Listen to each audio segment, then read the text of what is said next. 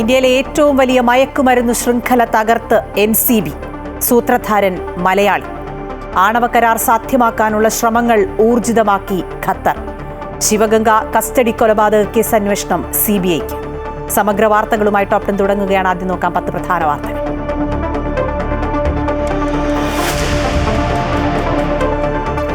Doctor Haris ചിറക്കലിന്റെ ഒറ്റയാൾ പോരാട്ടം ഫലം കണ്ടു. തിരുവനന്തപുരം മെഡിക്കൽ കോളേജ് ആശുപത്രിയിൽ ശസ്ത്രക്രിയാ ഉപകരണങ്ങൾ എത്തി. മുടങ്ങിയ ശസ്ത്രക്രിയകൾ നടത്തി. ഡോക്ടർ ഹാരിസിനെ തള്ളി മുഖ്യമന്ത്രി. ആരോഗ്യമേഖലയെ തെറ്റായി ചിത്രീകരിക്കാൻ കാരണമായി എന്ന് വിമർശനം. സംസ്ഥാനത്തെ മെഡിക്കൽ കോളേജ് ആശുപത്രികളിലേക്ക് പ്രതിഷേധവുമായി പ്രതിപക്ഷം.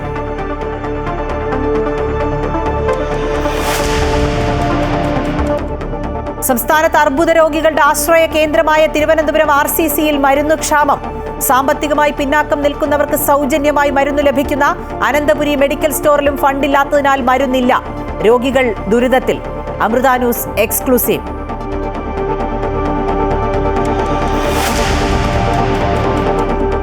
സംസ്ഥാന പോലീസ് മേധാവിയായി റവാഡ ചന്ദ്രശേഖർ ചുമതലയേറ്റതിന് പിന്നാലെ വിവാദം രൂക്ഷം. റവാഡ ഒത്തുതീർപ്പ് സ്ഥാനാർത്ഥിയെന്ന് കോൺഗ്രസ്. കൂത്തുപറമ്പ് വെടിവെപ്പ് കേസിൽ റവാഡയ്ക്ക് ക്ലീൻ ചിറ്റ് നൽകി CPM. റവാഡയുടെ ആദ്യ ഔദ്യോഗിക പരിപാടി കണ്ണൂരിൽ മുഖ്യമന്ത്രിക്കൊപ്പം. പൊതുജനങ്ങൾക്ക് നീതി ഉറപ്പാക്കുമെന്ന് DGP.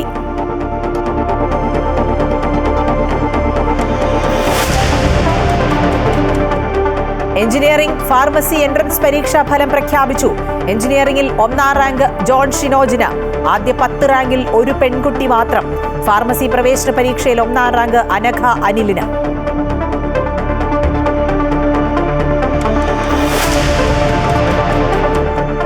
പ്രവർത്തനം തുടങ്ങാനാകാതെ ആലപ്പുഴയിലെ സർക്കാർ സഹകരണ ഹോമിയോ മരുന്ന് നിർമ്മാണശാല. ഉദ്ഘാടനം നടന്ന് 4 വർഷം പിന്നിട്ടിട്ടും കലവൂരിലെ ഹോംകോയുടെ പുതിയ ഫാക്ടറിയുടെ പ്രവർത്തനങ്ങൾ മന്ദഗതിയിൽ. Top 10 special.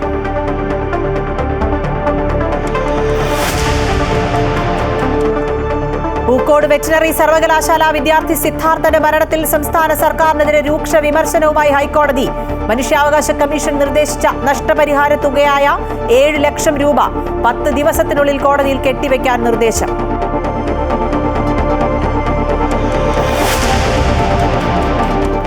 ഇന്ത്യയിലെ ഏറ്റവും വലിയ ഡാർക്ക് നെറ്റ് മയക്കുമരുന്ന് വിൽപ്പന ശൃംഖല കെറ്റാമെലോൺ തകർത്തെന്ന് നാർക്കോട്ടിക്സ് കൺട്രോൾ ബ്യൂറോ. സൂത്രധാരൻ മൂവാറ്റുപുഴ സ്വദേശി എഡിസൺ. ലക്ഷ്യം കണ്ടത് 4 മാസം നീണ്ട അന്വേഷണം. പിടിച്ചെടുത്തത് 35 ലക്ഷത്തിലധികം രൂപ വില വരുന്ന മയക്കുമരുന്നുകളും 70 ലക്ഷം രൂപയുടെ ഡിജിറ്റൽ ആസ്തികളും.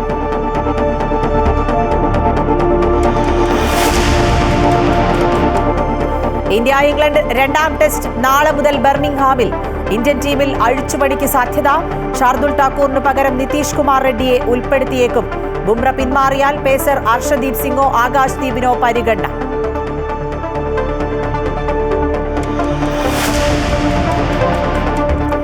മോഹൻലാലിന്റെ മകൾ വിസ്മയ അഭിനയ രംഗത്തേക്ക്. അരങ്ങേറ്റം ജൂഡ് ആന്റണീസിന്റെ ചിത്രമായ തുടക്കത്തിലൂടെ. ടൈറ്റിൽ പോസ്റ്റർ പുറത്തുവിട്ട് മോഹൻലാൽ.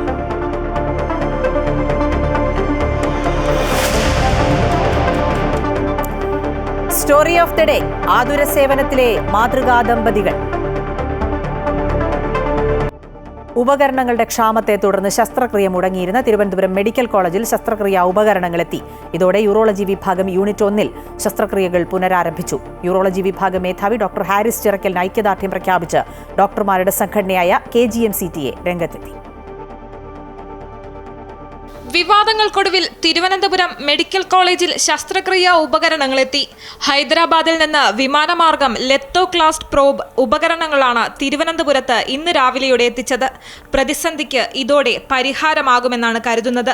മെഡിക്കൽ കോളേജിലെ പ്രതിസന്ധികൾ സംബന്ധിച്ച് ഫേസ്ബുക്ക് കുറിപ്പിൽ പരാതിയുമായി യൂറോളജി വിഭാഗം മേധാവി ഡോക്ടർ ഹാരിസ് ചിറക്കൽ രംഗത്തെത്തിയത് വിവാദമായിരുന്നു. ശസ്ത്രക്രിയാ ഉപകരണങ്ങളുടെ ക്ഷാമം മൂലം രോഗികൾ അനുഭവിക്കുന്ന ദുരിതം വെളിപ്പെടുത്തി ശനിയാഴ്ചയാണ് ഡോക്ടർ ഹാരിസ് സമൂഹ മാധ്യമത്തിൽ കുറിപ്പെഴുതുന്നത്. ഇത് വൻ വിവാദമായതോടെ വിശദീകരണവുമായി ആരോഗ്യമന്ത്രിയും മറ്റ് അധികൃതരും രംഗത്തെത്തിയിരുന്നു. സർക്കാരിനെ കരിപൂശാനുള്ള ശ്രമമെന്നായിരുന്നു ആദ്യം ആശുപത്രി അധികൃതരുടെ വാദം. എന്നാൽ പ്രതിപക്ഷ പാർട്ടികൾ ഉൾപ്പെടെ പ്രതിഷേധവുമായി രംഗത്തെത്തിയതിനെ തുടർന്ന് വിഷയം പരിശോധിക്കാൻ സർക്കാർ വിദഗ്ധ സമിതിയെ നിയോഗിച്ചു. ഡോക്ടർ ഹാരിസിന്റെ വെളിപ്പെടുത്തലുകൾ ശരിവയ്ക്കുന്ന കാര്യങ്ങളാണ് അന്വേഷണ സമിതിയുടെ പരിശോധനയിലും കണ്ടെത്തിയതെന്നാണ് റിപ്പോർട്ട്. മെഡിക്കൽ കോളേജുകളിൽ ഉപകരണങ്ങൾ വാങ്ങാൻ ഇപ്പോഴുള്ളത് അതിസങ്കീർണമായ നടപടിക്രമങ്ങളാണെന്നാണ് സമിതിയുടെ വിലയിരുത്തൽ.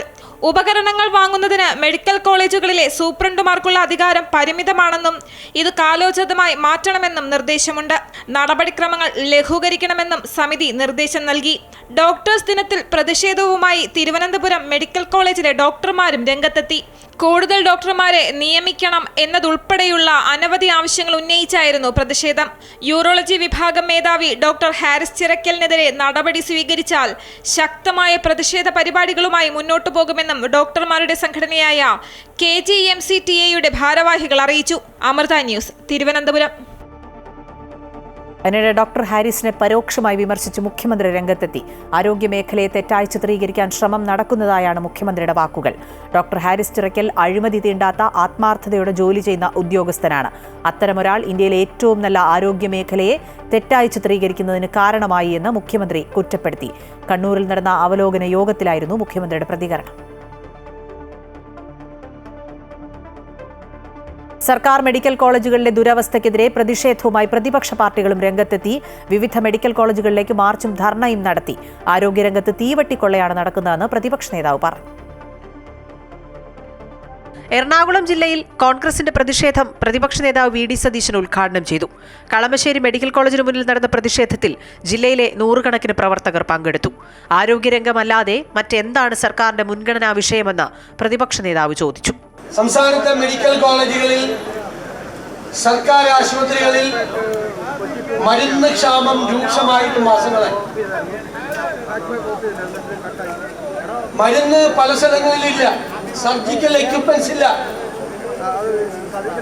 സർജറി നടത്തണമെങ്കിൽ മെഡിക്കൽ കോളേജിൽ സർജിക്കൽ എക്യുപ്മെന്റ്സും സർജറി നടന്നു കഴിഞ്ഞാൽ തുന്നിക്കൂട്ടാനുള്ള നൂല് വരെ വാങ്ങിച്ചുകൊണ്ടേ കൊടുക്കണം. കോട്ടയം മെഡിക്കൽ കോളേജ് ആശുപത്രിക്ക് മുന്നിൽ കോൺഗ്രസ് പ്രവർത്തകർ ധർണ നടത്തി. ആരോഗ്യമേഖലയെ തകർക്കുന്ന സമീപനങ്ങളാണ് LDF സർക്കാരിന്റെ ഭാഗത്തു നിന്നുണ്ടായിരിക്കുന്നതെന്ന് ധർണ ഉദ്ഘാടനം ചെയ്ത് തിരുവഞ്ചൂർ രാധാകൃഷ്ണൻ MLA പറഞ്ഞു. ആരോഗ്യമേഖലയെ അവഗണിച്ച സർക്കാരിനെതിരെ ആലപ്പുഴ DCCയുടെ നേതൃത്വത്തിൽ വണ്ടാനം മെഡിക്കൽ കോളേജിന് മുന്നിൽ പ്രതിഷേധ മാർച്ചും ധർണയും സംഘടിപ്പിച്ചു. കൊടിക്കുന്നിൽ സുരേഷ് MP യാണ് ധർണ ഉദ്ഘാടനം ചെയ്തത്. സർക്കാരിന്റെ അവഗണനയ്ക്കും അനാസ്ഥയ്ക്കുമെതിരെ പാരിപ്പള്ളി മെഡിക്കൽ കോളേജിലേക്ക് കോൺഗ്രസ് നടത്തിയ പ്രതിഷേധ March KPCC working president PC Vishnunath ഉദ്ഘാടനം ചെയ്തു. രോഗികളിൽ നിന്ന് പിരിവെടുത്ത് ശസ്ത്രക്രിയാ ഉപകരണങ്ങളും മരുന്നുകളും പുറത്തുനിന്ന് വാങ്ങിപ്പിക്കുന്നത് പൊതുജനാരോഗ്യ സംവിധാനത്തിന്റെ കഴിവുകേടിന് ഉദാഹരണമെന്ന് PC വിഷ്ണുനാഥ് പറഞ്ഞു. തൃശൂർ ഗവൺമെന്റ് മെഡിക്കൽ കോളേജിലേക്ക് കോൺഗ്രസിന്റെ പ്രതിഷേധ മാർച്ചിലും ധർണയിലും നൂറുകണക്കിന് പ്രവർത്തകർ പങ്കെടുത്തു. പ്രതിഷേധ ധർണ മുൻ MP TN പ്രതാപൻ ഉദ്ഘാടനം ചെയ്തു. തിരുവനന്തപുരം മെഡിക്കൽ കോളേജിലേക്ക് കേരള കോൺഗ്രസും BJPയും പ്രതിഷേധവുമായി എത്തി. കേരള കോൺഗ്രസ് തിരുവനന്തപുരം ജില്ലാ കമ്മിറ്റി ഭിക്ഷയെടുപ്പ് സമരം നടത്തി. BJPയുടെ പ്രതിഷേധ മാർച്ച് മുൻ സംസ്ഥാന അധ്യക്ഷൻ K സുരേന്ദ്രൻ ഉദ്ഘാടനം ചെയ്തു. വിവിധ ബ്യൂറോകൾക്കൊപ്പം ന്യൂസ് ഡെസ്ക് അമൃത TV. ആരോഗ്യമേഖലയോടുള്ള സർക്കാരിന്റെ അവഗണനയ്ക്കും അനാസ്ഥയ്ക്കുമെതിരെ വടക്കൻ കേരളത്തിലെ മെഡിക്കൽ കോളേജുകൾക്ക് മുന്നിൽ പ്രതിഷേധിച്ച് കോൺഗ്രസ്. വയനാട് ഉൾപ്പെടെയുള്ള ജില്ലകളിൽ പോലീസും കോൺഗ്രസ് പ്രവർത്തകരും തമ്മിൽ നേരിയ സംഘർഷമുണ്ടായി. AICC general secretary KC Venugopal പ്രതിഷേധത്തിന്റെ സംസ്ഥാനതല ഉദ്ഘാടനം നിർവഹിച്ചു. തിരുവനന്തപുരം മെഡിക്കൽ കോളേജ് യൂറോളജി വിഭാഗം മേധാവി ഡോക്ടർ ഹാരിസ് ചിറക്കലിന്റെ വെളിപ്പെടുത്തലിന് പിന്നാലെയാണ് കോൺഗ്രസ് പ്രതിഷേധം. കണ്ണൂർ പരിയാരം മെഡിക്കൽ കോളേജ് ആശുപത്രിക്ക് മുൻപിൽ നടത്തിയ പ്രതിഷേധ ധർണ AICC general secretary KC Venugopal MP ഉദ്ഘാടനം ചെയ്തു. നമ്പർ 1 കേരളമെന്ന് മുഖ്യമന്ത്രി വീമ്പ് പറയുകയാണെന്നും യാഥാർത്ഥ്യങ്ങൾ പുറത്തു വരുമ്പോൾ മുഖം ചുളിച്ചിട്ട് കാര്യമില്ലെന്നും KC വേണുഗോപാൽ വിമർശിച്ചു. കേരളത്തിലെ ആരോഗ്യമേഖലയിലെ പ്രശ്നങ്ങൾക്ക് കാരണം സ്വകാര്യ ലോബിയാണെന്നും ഇക്കാര്യം നിഷേധിക്കാൻ മുഖ്യമന്ത്രിക്ക് കഴിയില്ലെന്നും അദ്ദേഹം കൂട്ടിച്ചേർത്തു. ഈ മേഖലയിലെ സമരം കൊടുങ്കാറ്റ് വരാനിരിക്കുന്നതേയുള്ളൂ എന്ന് സൂചിപ്പിക്കുന്ന ഒരു ചെറിയ തുടക്കമാണ്. ആരോഗ്യമന്ത്രി ആ സ്ഥാനത്ത് തുടരാൻ യോഗ്യയല്ലെന്നും മന്ത്രിയെ ഏൽപ്പിക്കാൻ പറ്റുന്നത് PR വകുപ്പാണെന്നും Shafi Parambil MP Kozhikode medical college ആശുപത്രിക്ക് മുൻപിൽ നടത്തിയ പ്രതിഷേധ ധർണ ഉദ്ഘാടനം ചെയ്തുകൊണ്ട് പറഞ്ഞു. പാവപ്പെട്ട രോഗി വേദന കൊണ്ട് വരുന്നവനാണ് ഷെയറിട്ട് പിരിച്ചിട്ട് വരാൻ പറയാൻ, ഓപ്ഷൻ തരാൻ, ആളെ തരാനുള്ള അവസ്ഥ ഇവിടുത്തെ ജനങ്ങൾക്ക് ഉണ്ടാക്കി കൊടുത്ത നിങ്ങള് നമ്പർ വൺ എന്ന് തള്ളി മറിച്ചിട്ട് ഈ പാവപ്പെട്ട രോഗിയുടെ അവസ്ഥ ഈ തലത്തിലേക്കാക്കി മാറ്റിയതിന് വല്ല ന്യായീകരണവും പറയാനുണ്ടോ? കേരളത്തിലെ ആരോഗ്യ മേഖലയോട് ഇടത് സർക്കാർ കാണിക്കുന്ന അനാസ്ഥയുടെ സ്മാരകമാണ് ഉക്കിനടുക്ക മെഡിക്കൽ കോളേജ് എന്ന് KPCC ജനറൽ സെക്രട്ടറി M ലിജുവും പ്രതികരിച്ചു. അതേസമയം വയനാട് മെഡിക്കൽ കോളേജിലേക്ക് കോൺഗ്രസ് നടത്തിയ മാർച്ചിൽ പോലീസും പ്രവർത്തകരും തമ്മിൽ നേരിയ രീതിയിൽ സംഘർഷമുണ്ടായി. മെഡിക്കൽ കോളേജ് കവാടത്തിലെ പോലീസ് വലയം ഭേദിച്ച് പ്രവർത്തകർ ആശുപത്രി കോമ്പൗണ്ടിൽ കയറി പ്രതിഷേധിച്ചു. വിവിധ ബ്യൂറോകൾക്കൊപ്പം അമൃത ന്യൂസ് കോഴിക്കോട്. പ്രവർത്തനം താറുമാറായ കോഴിക്കോട് മെഡിക്കൽ കോളേജ് ആശുപത്രിയിൽ രോഗികളോടൊപ്പമുള്ള കൂട്ടിരിപ്പുകാരും പ്രതിസന്ധിയിലാണ്. മാതൃശിശു സംരക്ഷണ കേന്ദ്രത്തിലെ രോഗികളോടൊപ്പം എത്തുന്നവർക്ക് താമസിക്കാൻ ആകെയുള്ള ഗവൺമെന്റ് ഡോർമെറ്ററിയുടെ നിരക്കുകൾ കുത്തനെ കൂട്ടിയതാണ് പ്രതിഷേധത്തിന് കാരണം.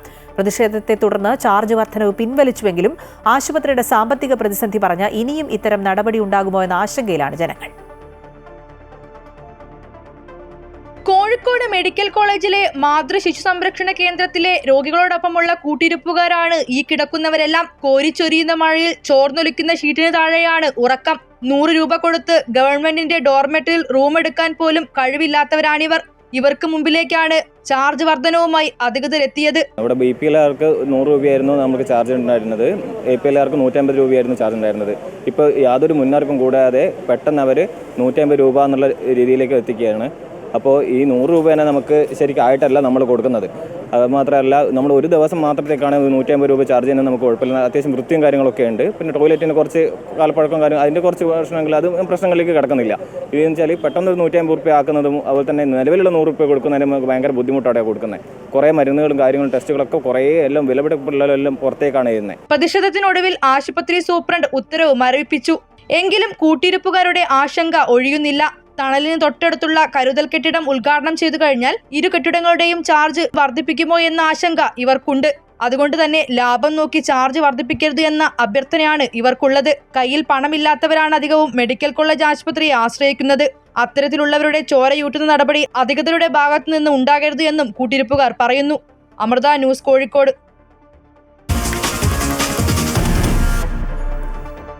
മെഡിക്കൽ കോളേജ് ആശുപത്രിയിൽ ശസ്ത്രക്രിയാ ഉപകരണങ്ങളുടെ ക്ഷാമത്തിന് പിന്നാലെ സംസ്ഥാനത്ത് ക്യാൻസർ രോഗികളുടെ ആശ്രയ കേന്ദ്രമായ തിരുവനന്തപുരം RCCയിൽ മരുന്നുക്ഷാമം രോഗികളെ ബാധിക്കുന്നു.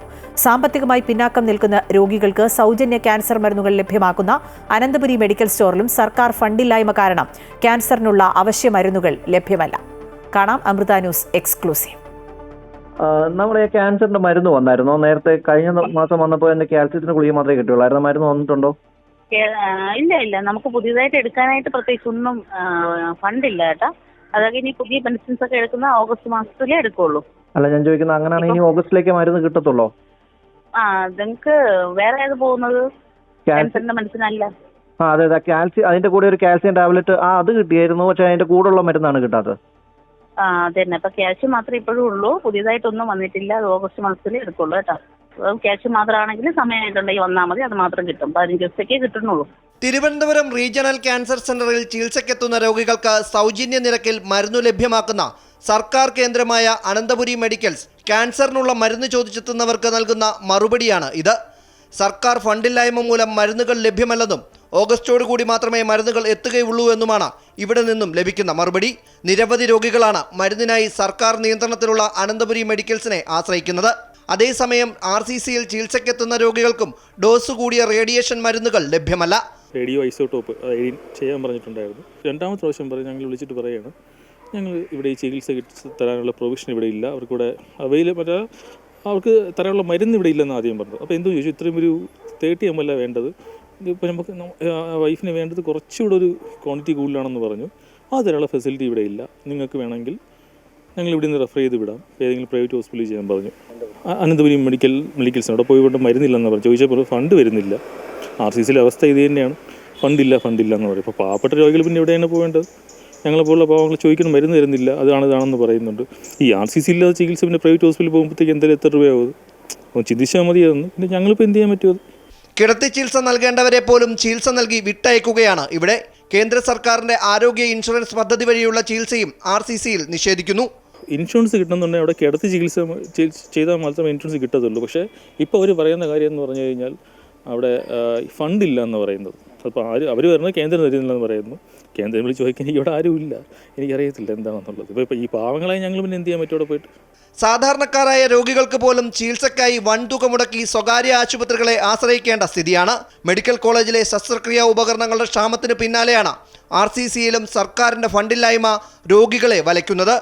Rajith Kumar, Amrita news, Thiruvananthapuram.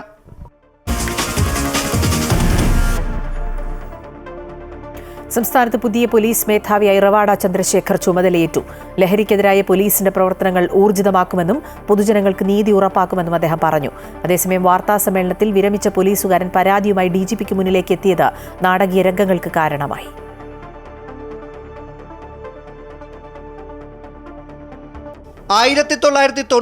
Kerala cadre IPS ഉദ്യോഗസ്ഥനായ റവാഡ ചന്ദ്രശേഖർ രാവിലെ 7 മണിയോടെയാണ് പോലീസ് ആസ്ഥാനത്തെത്തി ചുമതല ഏറ്റെടുത്തത്. പോലീസ് ആസ്ഥാനത്ത് ഉന്നത പോലീസ് ഉദ്യോഗസ്ഥർ ചേർന്ന് അദ്ദേഹത്തെ സ്വീകരിച്ചു. തുടർന്ന് DGPയുടെ താൽക്കാലിക ചുമതലയുള്ള ADGP H വെങ്കടേഷിൽ നിന്നും പോലീസ് മേധാവി ബാറ്റൺ സ്വീകരിച്ചു. തുടർന്ന് ധീരസ്മൃതിഭൂമിയിലെത്തി പുഷ്പചക്രം അർപ്പിച്ച ശേഷം പോലീസ് സേനയുടെ ഗാർഡ് ഓഫ് ഓണർ സ്വീകരിച്ചു. തുടർന്ന് നടന്ന വാർത്താ സമ്മേളനത്തിലാണ് സംസ്ഥാനത്തെ ലഹരി വ്യാപനത്തിനെതിരായ പോലീസ് നടപടികൾ ശക്തമാക്കുമെന്ന് DGP റവാഡ ചന്ദ്രശേഖർ അറിയിച്ചത്. സംസ്ഥാനത്തെ ക്രമസമാധാന പാലനത്തിനും സൈബർ ക്രൈം നേരിടുന്നതിനും പ്രധാന പരിഗണന നൽകുമെന്നും അദ്ദേഹം പറഞ്ഞു. Kerala Police per se has been concentrating on the main key areas of focus will be definitely the anti-drug drive. നമ്മുടെ നാട്ടിലെ ഏറ്റവും ഇപ്പോൾ ഉപദ്രവമായിട്ട് മാറുന്നത് ഈ ഡ്രഗ്സിൻ്റെ പ്രഭാവമാണ്. അതിനെ നേരിടാനുള്ള ഒരു നയം പ്രത്യേകമായിട്ട് ഇത് നമ്മൾ എടുക്കും, അത് നടക്കുന്നുണ്ടും അതിന് കുറച്ചുകൂടി ശക്തമായിട്ട് ഇത് നമ്മൾ മുന്നോട്ട് കൊണ്ടുപോകുന്നതാണ്. ഈ ആൻറ്റി ഗുണ്ട സ്ക്വാഡ്സും പിന്നെ അവരുടെ പ്രവർത്തനം മെച്ചമാക്കിയിട്ട് ഇത് നമ്മൾ ക്രമസമാധാനത്തിന് ശക്തിയായിട്ട് കൊണ്ടുപോകാൻ സാധിക്കുന്നു. And we also would like to maintain the communal harmony by being a very proactive police force and by liaising with the community, by involving the community. We would like to do the maintain the communal harmony in the society. At the same time, ജനങ്ങൾക്ക് ഒരു സുരക്ഷ cyber അപരാധികളിൽ നിന്ന് ഉണ്ടാക്കാൻ വേണ്ടിയുള്ള ശ്രമം ഞങ്ങൾ ഭാഗത്തുനിന്നുണ്ടാവും. അതിനിടെ police മേധാവിയുടെ വാർത്താ സമ്മേളനത്തിലേക്ക് പരാതിയുമായി വിരമിച്ച പോലീസുകാരൻ കടന്നു വന്നത് നാടകീയ രംഗങ്ങൾക്ക് കാരണമായി. പോലീസ് സേനയിൽ 30 വർഷം സേവനമനുഷ്ഠിച്ച് SI ആയി വിരമിച്ച കണ്ണൂർ അഞ്ചരക്കണ്ടി സ്വദേശിയായ ബഷീറാണ് പരാതിയുമായി DGPക്ക് മുന്നിലേക്ക് എത്തിയത്.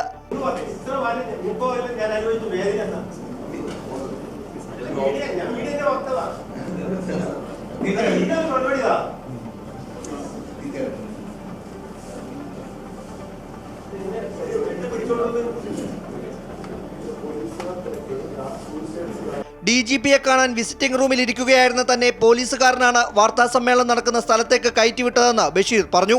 ഞാൻ വിസിറ്റേഴ്സ് റൂമിൽ ഇരുന്നതാണ്. എന്നെ അവിടത്തേക്ക് പറഞ്ഞു വിട്ടതാണ്. യൂണിഫോം ഇട്ട ഒരാളെ ഗൾഫിൽ നിന്നുള്ള ഓൺലൈൻ മീഡിയയുടെ ആളാണെന്ന് പറഞ്ഞ് മാധ്യമപ്രവർത്തകർക്കൊപ്പമാണ് ഇയാൾ പോലീസ് ആസ്ഥാനത്തേക്ക് കയറിയത്. അമൃത ന്യൂസ്, തിരുവനന്തപുരം. സംസ്ഥാന പോലീസ് മേധാവിയായി റവാഡ ചന്ദ്രശേഖർ ചുമതലയേറ്റതിന് പിന്നാലെ വിവാദവും തലപൊക്കുന്നു. റവാഡ ഒത്തുതീർപ്പ് സ്ഥാനാർത്ഥിയെന്ന ആരോപണമാണ് കോൺഗ്രസ് ഉന്നയിക്കുന്നത്. എന്നാൽ കൂത്തുപറമ്പ് വെടിവെപ്പ് കേസിൽ റവാഡയ്ക്ക് ക്ലീൻ ചിറ്റ് നൽകി CPM സംസ്ഥാന നേതൃത്വവും രംഗത്തെത്തി. പോലീസ് മേധാവിയായി ചുമതലയേറ്റ ശേഷം റവാഡയുടെ ആദ്യ ഔദ്യോഗിക പരിപാടി കണ്ണൂരിൽ മുഖ്യമന്ത്രിക്കൊപ്പം തന്നെയായിരുന്നു എന്നതും ശ്രദ്ധേയമാണ്. IB സ്പെഷ്യൽ ഡയറക്ടർ പദവിയിൽ നിന്ന് മടങ്ങിയെത്തി കേരളത്തിന്റെ പോലീസ് മേധാവിയായി ചുമതലയേറ്റ റവാഡ ചന്ദ്രശേഖറിന്റെ നിയമനത്തെ ചൊല്ലിയുള്ള വിവാദം കെട്ടടങ്ങുന്നില്ല. കൂത്തുപറമ്പ് വെടിവയ്പുമായി ബന്ധപ്പെട്ട കേസ് വീണ്ടും ചർച്ചയാക്കിയാണ് ആരോപണം ശക്തമാകുന്നത്. മന്ത്രിസഭാ യോഗ തീരുമാനം വന്നപ്പോൾ തന്നെ കൂത്തുപറമ്പ് വെടിവയ്പിലെ റവാഡയുടെ ബന്ധം ഓർമ്മിപ്പിക്കുകയായിരുന്നു P. ജയരാജൻ. എന്നാൽ കേന്ദ്ര സർക്കാരുമായി ഉണ്ടാക്കിയ ധാരണപ്രകാരം നിയമിതനായ ഒത്തുതീർപ്പ് സ്ഥാനാർത്ഥിയാണ് റവാഡ എന്ന കടുത്ത ആരോപണമാണ് കോൺഗ്രസ് ഉയർത്തുന്നത്. ഒന്നാം പേരുകാരനായ നിതിൻ അഗർവാളിനെ പരിഗണിക്കാതിരുന്നത് നരേന്ദ്രമോദിക്ക് താല്പര്യമില്ലാത്തതിനാൽ എന്നും ആരോപിക്കുകയാണ് KC വേണുഗോപാൽ. അതിൽ ഒന്നാം റാങ്കുകാരനായ നിതിൻ അഗർവാളിനെ കുറിച്ച് ചില അഭിപ്രായ വ്യത്യാസങ്ങൾ കേന്ദ്ര സർക്കാർ പറഞ്ഞിട്ടുണ്ടായിരുന്നു. കേന്ദ്ര സർക്കാരുമായിട്ടുള്ള ഒത്തുതീർപ്പ് സ്ഥാനാർത്ഥിയാണ് ഈ പുതിയ DGPയുടെ കാര്യത്തിൽ സംശയമില്ല. എന്നാൽ കൂത്തുപറമ്പ് വെടിവെപ്പിൽ റവാഡ ചന്ദ്രശേഖറിന് ക്ലീൻ ചിറ്റ് നൽകി ആരോപണം അവസാനിപ്പിക്കാൻ ശ്രമിക്കുകയാണ് CPM നേതൃത്വം. സെൻട്രൽ ഗവൺമെൻറ്റിനെയും സംസ്ഥാന ഗവൺമെൻറ്റിനെയും ഒരു സംവിധാനത്തിൻ്റെ ഭാഗമായിട്ട് തീരുമാനിക്കപ്പെടുന്ന ഒരു കാര്യമായിരുന്നു. അത് തീരുമാനിച്ചിരിക്കുന്നു. കേന്ദ്ര ഗവൺമെൻറ്റിന് ചെയ്യാൻ സാധിക്കുന്നത് അവർ 3 പേര് കൊടുത്തു. സംസ്ഥാന ഗവൺമെൻറ് തീരുമാനിക്കുന്നത് അതിൽ നിന്ന് ഒരാളെ തീരുമാനിച്ചു. അത് മെച്ചപ്പെട്ട രീതിയിലുള്ള ഒരാൾ തന്നെ തീരുമാനിക്കുള്ളൂ. അതിനകത്ത് സംശയമുള്ളത്. അങ്ങനെ വിവിധ ഘടകങ്ങൾ പരിശോധിച്ചപ്പോൾ അതിലേറ്റവും ഉചിതമായി, ഏറ്റവും നന്നായി കേരളത്തിലെ പോലീസ് ഫോഴ്സിനെ സംസ്ഥാന സർക്കാരിൻ്റെ പോലീസ് നയത്തിന് അനുസൃതമായി നയിക്കാൻ വേണ്ടി കഴിയുന്നത് ആരാണോ അങ്ങനെ ഒരാളെയായിരിക്കും സ്വാഭാവികമായിട്ട് സംസ്ഥാന സർക്കാർ തിരഞ്ഞെടുത്തിട്ടുണ്ടാവുക. കൂത്തുപറമ്പ് വെടിവയ്പ്പിനെ ചൊല്ലിയുള്ള വിവാദങ്ങൾ പുകയുമ്പോഴും ചുമതലയേറ്റ ശേഷമുള്ള പോലീസ് മേധാവിയുടെ ആദ്യ ഔദ്യോഗിക പരിപാടി കണ്ണൂരിൽ തന്നെയായിരുന്നുവെന്നതും ശ്രദ്ധേയമായി. ചുമതലയേറ്റ ശേഷം മുഖ്യമന്ത്രിയുമായുള്ള പോലീസ് മേധാവിയുടെ ആദ്യ ഔദ്യോഗിക കൂടിക്കാഴ്ചയും കണ്ണൂരിൽ തന്നെയായിരുന്നു. അമൃത ന്യൂസ്, തിരുവനന്തപുരം. DGP റവാഡ ചന്ദ്രശേഖറിന്റെ വാർത്താ സമ്മേളനത്തിൽ നടന്ന നാടകീയ രംഗങ്ങളിലും സുരക്ഷാ വീഴ്ചയിലും അന്വേഷണം. ഇതു സംബന്ധിച്ച് AIG പൂങ്കുഴലി അന്വേഷണം നടത്തും. മുൻ പോലീസ് ഉദ്യോഗസ്ഥനായ ബഷീർ പെൻഷൻ കാർഡ് ഉപയോഗിച്ചാണ് പോലീസ് ആസ്ഥാനത്ത് കടന്നത്. DGPയുടെ മുൻ സുരക്ഷാ ഉദ്യോഗസ്ഥനാണെന്ന് പരിചയപ്പെടുത്തിയാണ് അകത്ത് പ്രവേശിച്ചത്. തുടർന്നാണ് മാധ്യമപ്രവർത്തകനെന്ന് പരിചയപ്പെടുത്തി കോൺഫറൻസ് ഹാളിൽ കയറിയത്. 2025 കീം പ്രവേശന പരീക്ഷാ ഫലം പ്രഖ്യാപിച്ചു. എഞ്ചിനീയറിംഗ് വിഭാഗത്തിൽ മൂവാറ്റുപുഴ സ്വദേശി ജോൺ ഷിനോജ് 1ാം റാങ്ക് കരസ്ഥമാക്കി. ഫാർമസി വിഭാഗത്തിൽ ആലപ്പുഴ സ്വദേശി അനഖ അനിലിനാണ് 1ാം റാങ്ക്. എഞ്ചിനീയറിംഗ് ആദ്യ 10 റാങ്കുകളിൽ 9 റാങ്കും കരസ്ഥമാക്കിയത് ആൺകുട്ടികളാണ്. മൂവാറ്റുപുഴ സ്വദേശി ജോൺ ഷിനോജ് 1ാം റാങ്ക് കരസ്ഥമാക്കിയപ്പോൾ എറണാകുളം സ്വദേശി ഹരികിഷൻ ബൈജു 2ാം റാങ്കും കോഴിക്കോട് കാക്കൂർ സ്വദേശി അക്ഷയ് ബിജു BN 3ാം റാങ്കും നേടി. ഫാർമസി വിഭാഗത്തിൽ ആലപ്പുഴ സ്വദേശി അനഘ അനിൽ 1ാം റാങ്ക് നേടിയപ്പോൾ കോട്ടയം സ്വദേശി ഋഷികേശ് ആർ ഷെനോയ് 2ാം റാങ്കും മലപ്പുറം സ്വദേശി പാത്തിമത്ത് സെഹറ 3ാം റാങ്കും നേടി. 1ാം rank John Shinoj pharmacy rank ലിസ്റ്റാണ് 1ാം സ്ഥാനത്ത് വന്നിട്ടുള്ളത്. അനഘ അനിൽ നമ്മുടെ ഈ ക്വാളിഫയിങ് എക്സാമിനേഷന് കേരള ഹയർ സെക്കൻഡറി എഡ്യൂക്കേഷൻ ബോർഡിൻ്റെ 47,175 പേരാണ്. ആദ്യ 100 റാങ്കിൽ വന്നിട്ടുള്ളത് 43 പേരാണ്. 138 പരീക്ഷാ കേന്ദ്രങ്ങളിലായി നടന്ന പ്രവേശന പരീക്ഷയുടെ ഫലമാണ് മന്ത്രി പ്രഖ്യാപിച്ചത്. ആകെ 86,549 പേർ എഞ്ചിനീയറിംഗ് പ്രവേശന പരീക്ഷയ്ക്ക് ഹാജരായതിൽ 76,230 പേർ യോഗ്യത നേടി. 67,505 പേരുടെ എഞ്ചിനീയറിംഗ് റാങ്ക് ലിസ്റ്റാണ് തയ്യാറാക്കിയത്. ആകെ 33,425 പേർ ഫാർമസി പ്രവേശന പരീക്ഷയ്ക്ക് ഹാജരായതിൽ 27,841 പേർ ഫാർമസി റാങ്ക് ലിസ്റ്റിൽ ഉൾപ്പെട്ടിട്ടുണ്ട്. എഞ്ചിനീയറിംഗ് റാങ്ക് ലിസ്റ്റ് തയ്യാറാക്കുന്നതിനുള്ള നിലവിലുണ്ടായിരുന്ന സ്റ്റാൻഡേർഡൈസേഷൻ പ്രക്രിയ സംബന്ധിച്ച് പരാതികൾ ഉയർന്ന സാഹചര്യത്തിൽ മാർക്ക് ഏകീകരിക്കുന്നതിനുള്ള വിവിധ ശാസ്ത്രീയ മാർഗങ്ങൾ വിശദമായി പരിശോധിച്ചതിന്റെ അടിസ്ഥാനത്തിലാണ് എഞ്ചിനീയറിംഗ് റാങ്ക് ലിസ്റ്റ് തയ്യാറാക്കിയതെന്ന് മന്ത്രി അറിയിച്ചു. അമൃത ന്യൂസ്, കോഴിക്കോട്.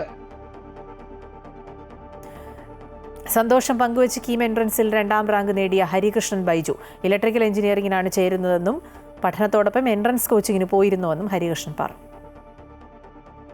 വളരെ സന്തോഷമുണ്ട്. കുറേ നാളായി കാത്തിരിക്കുകയായിരുന്നു റിസൾട്ടിന് വേണ്ടി. അപ്പോൾ അത് കിട്ടുമ്പോൾ ഒരു തീരുമാനമായി. അതന്നെ.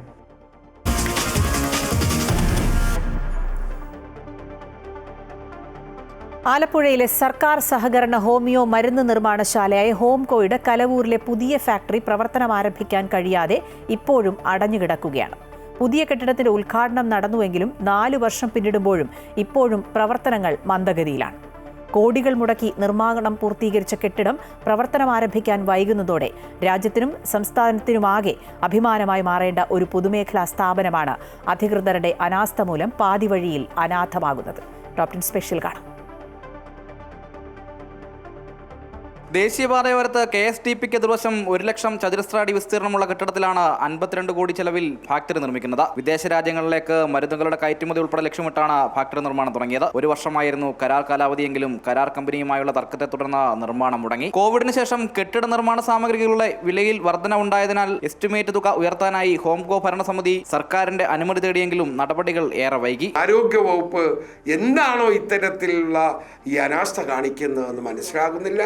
എന്തായാലും ഗൗരവതരമായ ഒരു വിഷയമായി ഇത് എടുത്തേ മതിയാകൂ.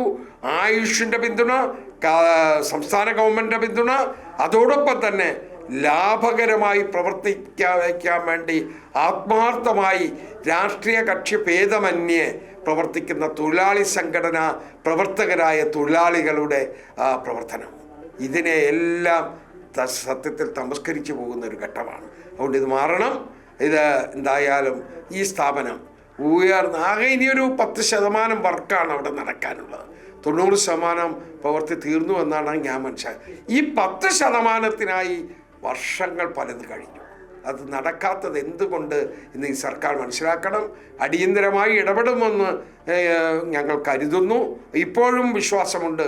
ആ വിശ്വാസം സാധ്യമാകുന്നില്ലെങ്കിൽ, അത് പൂർത്തീകരിക്കുന്നില്ലെങ്കിൽ ഒരു സംശയം വേണ്ട, മാറി വരാൻ പോകുന്ന സർക്കാർ UDF ഇത് കൃത്യമായി സമയബന്ധിതമായി ഇതിൻ്റെ പണി പൂർത്തിയാക്കി ഉൽപ്പാദനം ആരംഭിക്കും. സർക്കാർ സഹകരണ ഹോമിയോ മരുന്ന് നിർമ്മാണ സഹകരണ സ്ഥാപനമായ പാതിരപ്പള്ളി ഹോംകോയിലെ വികസനത്തിന്റെ ഭാഗമായാണ് കലവൂരിൽ പുതിയ ഫാക്ടറിയുടെ നിർമ്മാണവും പുരോഗമിക്കുന്നത്. 4 നിലകളിലുള്ള കെട്ടിടത്തിൽ ഹോമിയോ മരുന്ന് നിർമ്മാണത്തിനുള്ള അത്യാധുനിക സംവിധാനങ്ങളെല്ലാം ഉണ്ട്. എന്നാൽ ഫാക്ടറിക്ക് ലൈസൻസ് കിട്ടുന്നതിലും ചില സാങ്കേതിക പ്രശ്നങ്ങളുണ്ട്. ഇതിനുള്ള മാലിന്യ സംസ്കരണ പ്ലാന്റിന്റെ നിർമ്മാണം സംബന്ധിച്ച് ഊരാളുങ്കൽ സൊസൈറ്റി കരാർ നൽകുവാനുമാണ് നീക്കം. പുതിയ ഫാക്ടറി യാഥാർത്ഥ്യമാകുന്നതോടെ വിറ്റുവര ഉയരുകയും പുതിയതായി 225 പേർക്ക് തൊഴിൽ സാധ്യതയും ഉണ്ടാകുമെന്നായിരുന്നു പ്രതീക്ഷ. എന്നാൽ സർക്കാരിന്റെയും മാനേജ്മെന്റിന്റെയും കാര്യക്ഷമമല്ലാത്ത നിലപാടുകളും കാലതാമസത്തിന് കാരണമായി. അമൃത ന്യൂസ്, ആലപ്പുഴ. ഈ വിഷയവുമായി ബന്ധപ്പെട്ട് കൂടുതൽ പ്രതികരണങ്ങൾ കാണാം. ഈ 2021 ഒരു ഉദ്ഘാടന മാമാങ്കം നടത്തി. അപ്പോഴേ ഞങ്ങൾ ഇവിടുത്തെ യൂണിയൻ പ്രവർത്തകരെന്ന രീതിയിൽ ഞങ്ങൾ പറഞ്ഞ് ഇത് ശരിയല്ല, കാരണം ഒന്നും ആയിട്ടില്ല, എന്തെങ്കിലും ഒരു കാര്യം നടക്കണ്ടേ. മുഖ്യമന്ത്രിയാണ് ഓൺലൈനിൽ ആ ഉദ്ഘാടനം നിർവഹിച്ചത്. അന്ന് ആരോഗ്യവകുപ്പ് മന്ത്രി, ഇവിടുത്തെ ധനകാര്യ വകുപ്പ് മന്ത്രി തോമസ് ഐസക്കൊക്കെ ഉള്ളപ്പോൾ ആശംസാ പ്രസംഗത്തിന് ഞങ്ങൾ വിളിച്ചപ്പോൾ ഞങ്ങൾ അപ്പോൾ ആ വേദിയിൽ ഈ കാര്യം പറഞ്ഞതാണ്. കാര്യം അന്ന് ഉദ്ഘാടനം ചെയ്ത ഈ ബിൽഡിങ്ങിൻ്റെ അകത്തൊന്ന് കയറാനായിട്ട് പോലും സാധിച്ചില്ല. കാരണം ഒന്നും ചെയ്തിട്ടില്ല, ഒരു കാര്യം ചെയ്തിട്ടില്ല. കാര്യം അവർക്ക് ഈ ഭരണ നേട്ടം ആയി കാണിക്കാൻ വേണ്ടി അന്ന് തട്ടിക്കൂട്ടി ഉണ്ടാക്കിയ ഒരു സംവിധാനമായിരുന്നു ഉദ്ഘാടനം. അതിനുശേഷം നമുക്ക് എല്ലാവർക്കും പകൽ പോലെ ക്ലിയറാണ്. ഇങ്ങോട്ട് നോക്കിയാൽ ഇന്നേ വരെ ഈ പ്രവർത്തനവുമായിട്ട് ഇതിൻ്റെ ഒരു 30-35% മാത്രമേ ഇപ്പോഴും നടന്നിട്ടുള്ളൂ. ഇപ്പോഴും കാര്യങ്ങളൊന്നും നടന്നിട്ടില്ല. ഇപ്പോൾ ഏറ്റവും അവസാനം ചെയ്തൊരു കാര്യം എന്ന് പറയുന്നത് എല്ലാവരും അറിയേണ്ട ഒരു കാര്യമുണ്ട്. ഇതിൻ്റെ കൺസൾട്ടൻസി എന്ന് പറയുന്നത് വളരെ സുതാര്യമായിട്ട് നേരത്തെ ചെയ്തിട്ട് ആ കൺസൾട്ടൻസി ഇപ്പം മാറ്റി ഊരാളുങ്കൽ സൊസൈറ്റിക്ക് ഇതിൻ്റെ കൺസൾട്ടൻസി കൊടുത്തിട്ട് അവസാനം നോക്കിയപ്പോൾ ഈ ഊരാളുങ്കൽ സൊസൈറ്റി എന്ന് പറയുന്നത് ഈ ഫാർമ കൺസൾട്ടൻസി അല്ല. അപ്പോൾ അവർ പറഞ്ഞു ഞങ്ങൾക്ക് ഒക്കത്തില്ലെന്ന് പറഞ്ഞു. അപ്പോൾ രാഷ്ട്രീയമായ നേട്ടമുണ്ടാക്കുന്നതിന് വേണ്ടി ഇവർ ഒരു വശത്തുകൂടെ ഇതിനകത്ത് തള്ളിക്കയറ്റാൻ വേണ്ടി അപ്പോഴും ശ്രമിക്കുകയാണ്. ഊരാളുങ്കൽ അവർ തന്നെ പറഞ്ഞു ഞങ്ങളിത് സത്യം പറഞ്ഞാൽ ഞങ്ങൾ ഫാർമ കൺസൾട്ടൻസി അല്ലാത്തതുകൊണ്ട് ഞങ്ങൾക്കിത് ചെയ്യാനൊക്കത്തില്ല. എന്നിട്ട് ഇതിനകത്ത് നിന്നുകൊണ്ട് നിങ്ങൾ ആർക്കെങ്കിലും സബ് കൊടുത്ത് ചെയ്യാൻ വരെ പറഞ്ഞു. അവസാനം അവരിതിട്ട് പോയി. അപ്പോൾ ഇവരുടെ കെടുകാര്യസ്ഥതയാണ് ഇവിടെ ഈ കാണുന്നത്. ഹോങ്കോടെ ഈ പുതിയ കെട്ടിടത്തിൻ്റെ നിർമ്മാണം തുടങ്ങിയിട്ട് വർഷങ്ങളായി. ഇത് ഉദ്ഘാടനം ചെയ്തു, 1-2 ഉദ്ഘാടനം കഴിഞ്ഞു എന്നാണ് ഞങ്ങൾക്കറിയാൻ സാധിച്ചത്. പക്ഷേ ഈ ഹോങ്കോയുടെ പ്രവർത്തനം ഒരു കാരണവശാലും നല്ല രീതിയിൽ നടക്കുന്നില്ല. ഈ വാർത്തയുടെ വിശദാംശങ്ങൾ ആലപ്പുഴയിൽ നിന്ന് അജയ് നാഥ് നൽകും. അജയ്, സംസ്ഥാനത്തിന് തന്നെ അഭിമാനിക്കാൻ, ഒരുപക്ഷെ രാജ്യത്തിന് തന്നെ അഭിമാനിക്കാൻ കഴിയുന്ന വലിയൊരു പദ്ധതി, പക്ഷേ അത് അധികൃതരുടെ അനാസ്ഥ പദ്ധതിയെ പാതി വഴിയിലാക്കി. ഈ പദ്ധതി ഇനി മുന്നോട്ട് പോകുമെന്ന് പ്രതീക്ഷിക്കാമോ? ഒപ്പം എന്തൊക്കെയാണ് ഇതുമായി ബന്ധപ്പെട്ടുണ്ടാകുന്ന തടസ്സങ്ങൾ? ആരോഗ്യ മേഖലയ്ക്കും ഒപ്പം സഹകരണ മേഖലയ്ക്കും മുതൽക്കൂട്ടാകുന്ന സംസ്ഥാനത്തിനകെ തന്നെ അഭിമാനിക്കാൻ വേണ്ടി കഴിയുന്ന ഒരു പദ്ധതിയായിരുന്നു, ഒരു ഫാക്ടറി ആയിരുന്നു ഇത്. പക്ഷേ ഇതിൻ്റെ നിർമ്മാണം 2021 ഇതിൻ്റെ ഉദ്ഘാടനം നടന്നതാണ്. ഈ ഫാക്ടറിയെ സംബന്ധിച്ച് പറയുകയാണെങ്കിൽ 1,00,000 ചതുരശ്ര അടി വിസ്തീർണമുള്ള ഒരു ഫാക്ടറി കൂടിയാണ് ഇപ്പോൾ പുതുതായിട്ട് നിർമ്മിച്ചിട്ടുള്ളത്. അതായത് രാജ്യത്തെ തന്നെ ഹോമിയോ മരുന്ന് ഉൽപ്പാദനത്തിൽ രാജ്യത്തെ തന്നെ ഏറ്റവും വലിയ ഒരു ഫാക്ടറി കൂടിയാണ് ഇത് എന്നുള്ളതാണ് ഏറ്റവും പ്രധാന കാര്യം. പക്ഷേ 2021 മുൻ ആരോഗ്യ വകുപ്പ് മന്ത്രി ഉദ്ഘാടനം ചെയ്ത ഈ കെട്ടിടം അതിൻ്റെ മറ്റ് സാങ്കേതിക കാര്യങ്ങൾ, സാങ്കേതിക സംവിധാനങ്ങൾ ഒരുക്കുന്ന കാര്യത്തിൽ ഒരു പോരായ്മ ഉണ്ടായിട്ടുണ്ട് എന്നുള്ളതാണ്. അതിൽ മാനേജ്മെൻറ്റിനും ഒപ്പം സർക്കാരിനും വലിയ ഗുരുതരമായ വീഴ്ചകൾ സംഭവിച്ചിട്ടുണ്ട് എന്നുവേണം മനസ്സിലാക്കാൻ. എന്തായാലും ഇതിൻ്റെ നിർമ്മാണം ഘട്ടം ഘട്ടമായി 6 മാസത്തിനുള്ളിൽ പൂർത്തീകരിക്കുമെന്നെല്ലാം പറഞ്ഞെങ്കിൽ പോലും ഇപ്പോഴും ഇത് പൂർത്തീകരിക്കാത്ത സ്ഥിതിയാണുള്ളത്. അതായത് ഇതിന് വലിയ വിദേശത്തുൾപ്പെടെ നമ്മുടെ രാജ്യത്ത് മറ്റ് സംസ്ഥാനങ്ങളിൽ ഉൾപ്പെടെ ഇത്തരത്തിലേക്ക് മരുന്ന് ഉൽപ്പാദിപ്പിച്ച് കയറ്റി അയക്കുവാൻ വേണ്ടി കഴിയുന്ന തരത്തിലേക്ക് വലിയൊരു ഫാക്ടറി ആയിരുന്നു ഇത്.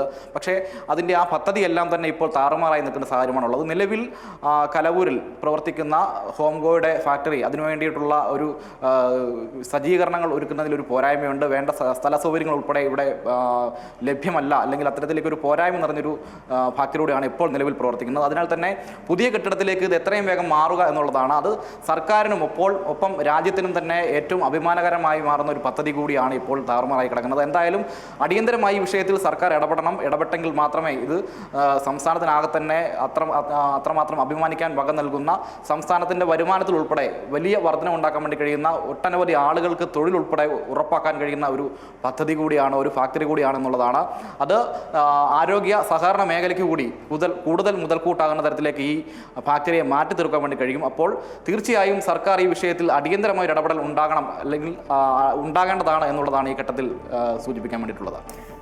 ശരി, അജയ് നാഥാണ് വിവരങ്ങൾ നൽകിയത്. ആവശ്യമുള്ള നടപടികൾ സർക്കാർ എടുക്കും എന്ന് തന്നെ നമുക്ക് പ്രതീക്ഷിക്കാം. പൂക്കോട് വെറ്റിനറി സർവകലാശാല വിദ്യാർത്ഥി സിദ്ധാർത്ഥന്റെ മരണത്തിൽ സർക്കാരിനെതിരെ രൂക്ഷ വിമർശനവുമായി ഹൈക്കോടതി. മനുഷ്യാവകാശ കമ്മീഷൻ നിർദ്ദേശിച്ച നഷ്ടപരിഹാര തുക 7 ലക്ഷം രൂപ 10 ദിവസത്തിനുള്ളിൽ കോടതിയിൽ കെട്ടിവെക്കണം. ഉത്തരവിനെതിരെ സർക്കാർ നൽകിയ ഹർജി പരിഗണിക്കവെയായിരുന്നു നിർദ്ദേശം. പൂക്കോട് വെറ്റിനറി കോളേജിലെ വിദ്യാർത്ഥി സിദ്ധാർത്ഥന്റെ മരണത്തിൽ കുടുംബത്തിന് 7 ലക്ഷം രൂപ നഷ്ടപരിഹാരം നൽകണമെന്ന് മനുഷ്യാവകാശ കമ്മീഷൻ സർക്കാരിന് നിർദ്ദേശം നൽകിയിരുന്നു. മനുഷ്യാവകാശ കമ്മീഷന്റെ നിർദ്ദേശം അനുസരിക്കാതെ സർക്കാർ ഹർജിയുമായി ഹൈക്കോടതിയെ സമീപിച്ചു. ഹർജി ഫയൽ ചെയ്യുവാൻ കാലതാമസവും ഉണ്ടായി. ഈ സാഹചര്യത്തിലാണ് ഹൈക്കോടതി സർക്കാരിനെ വിമർശിച്ചത്. 10 ദിവസത്തിനുള്ളിൽ നഷ്ടപരിഹാര തുക കോടതിയിൽ കെട്ടിവെക്കണമെന്ന് ഹൈക്കോടതി നിർദ്ദേശം നൽകി. മനുഷ്യാവകാശ കമ്മീഷന്റെ ഉത്തരവിനെതിരെ ഹൈക്കോടതിയെ സമീപിക്കാൻ എന്തുകൊണ്ടാണ് ഇത്രയും കാലതാമസം വന്നതെന്നും കോടതി ചോദിച്ചു.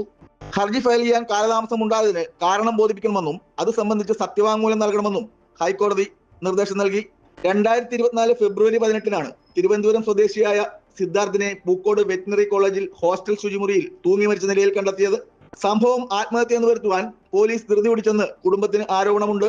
SFI പ്രവർത്തകർ അടക്കമുള്ളവർ 2 ദിവസം മുറിയിൽ പൂട്ടിയിട്ട് മർദ്ദിച്ചതിനെ തുടർന്നാണ് സിദ്ധാർത്ഥൻ മരണപ്പെട്ടതെന്നും ആരോപണമുണ്ട്.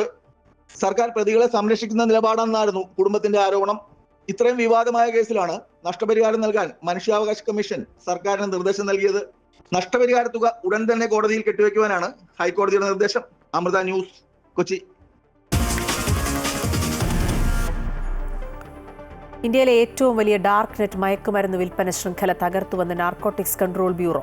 മൂവാറ്റുപുഴ സ്വദേശി എഡിസൺ സൂത്രധാരനായി പ്രവർത്തിക്കുന്ന ലെവൽ 4 രഹസ്യ വെബ് ശൃംഖലയുടെ വിവരങ്ങളാണ് ലഭിച്ചത്. വിദേശ ബന്ധങ്ങളുള്ള ഇയാൾ രാജ്യത്തെ 400-ലധികം നഗരങ്ങളിലേക്ക് വിൽപ്പന നടത്തിയിരുന്നു. പിടിച്ചെടുത്ത മയക്കുമരുന്ന് ഏതാണ്ട് 35 ലക്ഷം രൂപ വില വരും. ഇന്ത്യയിലെ ഏറ്റവും വലിയ ഡാർക്ക് നെറ്റ് മയക്കുമരുന്ന് ശൃംഖലയായ കെറ്റാമെലോണിനെ തകർത്ത വിവരങ്ങളാണ് നാർക്കോട്ടിക് കൺട്രോൾ ബ്യൂറോ പങ്കുവച്ചത്. 1127 LSD സ്റ്റാമ്പുകളും 131 ഗ്രാം കെറ്റാമെലോൺ പിടിച്ചെടുത്തെന്ന് NCB അറിയിച്ചു. കഴിഞ്ഞ 2 വർഷമായി ഡാർക്ക് നെറ്റ് ശൃംഖലയിലൂടെ മയക്കുമരുന്ന് വിൽപ്പന നടത്തുകയായിരുന്ന മൂവാറ്റുപുഴ സ്വദേശിക്ക് രാജ്യവ്യാപകമായ ബന്ധങ്ങളുണ്ടെന്ന് അന്വേഷണ ഏജൻസി പറയുന്നു. NCBയുടെ കൊച്ചി യൂണിറ്റ് മെലൺ എന്ന പേരിൽ 2 മാസമായി നടത്തിയ ഓപ്പറേഷനിലൂടെയാണ് ശൃംഖല തകർത്തത്. മയക്കുമരുന്നിനൊപ്പം 70 ലക്ഷം രൂപ വിലമതിക്കുന്ന ഡിജിറ്റൽ ആസ്തികളും പിടിച്ചെടുത്തു. ഡാർക്ക് നെറ്റ് മാർക്കറ്റുകൾ ആക്സസ് ചെയ്യാൻ ഉപയോഗിക്കുന്ന വിവരങ്ങളടങ്ങിയ പെൻഡ്രൈവ്, 1-ലധികം ക്രിപ്റ്റോ കറൻസി വാലറ്റുകൾ, ഹാർഡ് ഡിസ്കുകൾ തുടങ്ങിയവയാണ് കണ്ടെടുത്തത്. വ്യാഴാഴ്ച കൊച്ചിയിലെത്തിയ പോസ്റ്റൽ പാഴ്സലുകളിൽ 280 LSD ബ്ലോട്ടുകൾ കണ്ടെത്തി. അന്വേഷണത്തിൽ മൂവാറ്റുപുഴ സ്വദേശിക്കാണ് ഇത് ബുക്ക് ചെയ്തിരിക്കുന്നത് എന്ന് സ്ഥിരീകരിച്ചു. തൊട്ടടുത്ത ദിവസം ഇയാളുടെ വീട്ടിൽ നടത്തിയ പരിശോധനയിലാണ് LSD ബ്ലോട്ടുകളും കെറ്റാമിനും പിടിച്ചെടുത്തത്. പരിശോധനയിൽ കെറ്റാമെലോൺ ഇന്ത്യയിലെ ഏക ലെവൽ 4 ഡാർക്ക് നെറ്റ് വിതരണക്കാരനാണെന്നും അന്വേഷണങ്ങളിൽ വെളിപ്പെട്ടെന്നും അധികൃതർ വ്യക്തമാക്കി. ബംഗളൂരു, ചെന്നൈ, ഭോപ്പാൽ, പട്ന, ഡൽഹി കൂടാതെ ഹിമാചൽ പ്രദേശ്, ഉത്തരാഖണ്ഡ് എന്നിവിടങ്ങളിലെ പ്രധാന നഗരങ്ങളിലേക്ക് LSD ഇയാൾ അയച്ചിട്ടുണ്ട്. അമൃത ന്യൂസ്, കൊച്ചി.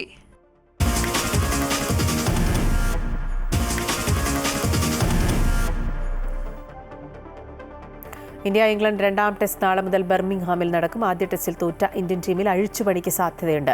ഓൾറൗണ്ടർ ഷാർദുൽ ഠാക്കൂറിന് പകരം നിതീഷ് കുമാർ റെഡ്ഡിയെ ഉൾപ്പെടുത്തിയേക്കും. ബുംറ പിന്മാറിയാൽ പേസർ അർഷദീപ് സിംഗിനോ ആകാശ്ദീപിനോ പരിഗണന ലഭിക്കും. 5 സെഞ്ചുറികളും 800-ലേറെ റൺസും നേടിയിട്ടും ലീഡ്സിൽ 1ാം ക്രിക്കറ്റ് ടെസ്റ്റിൽ പരാജയപ്പെട്ട ഇന്ത്യക്ക് ബർമിംഗ്ഹാമിൽ കാത്തിരിക്കുന്നത് കടുപ്പമേറിയ ഇംഗ്ലീഷ് പരീക്ഷയാണ്.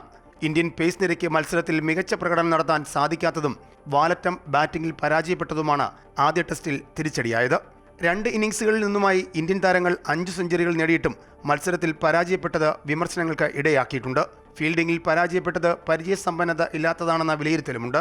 അതേസമയം 2ാം മത്സരത്തിൽ ഇന്ത്യൻ ടീമിൽ മാറ്റങ്ങൾ ഉണ്ടാകുമെന്നാണ് റിപ്പോർട്ട്.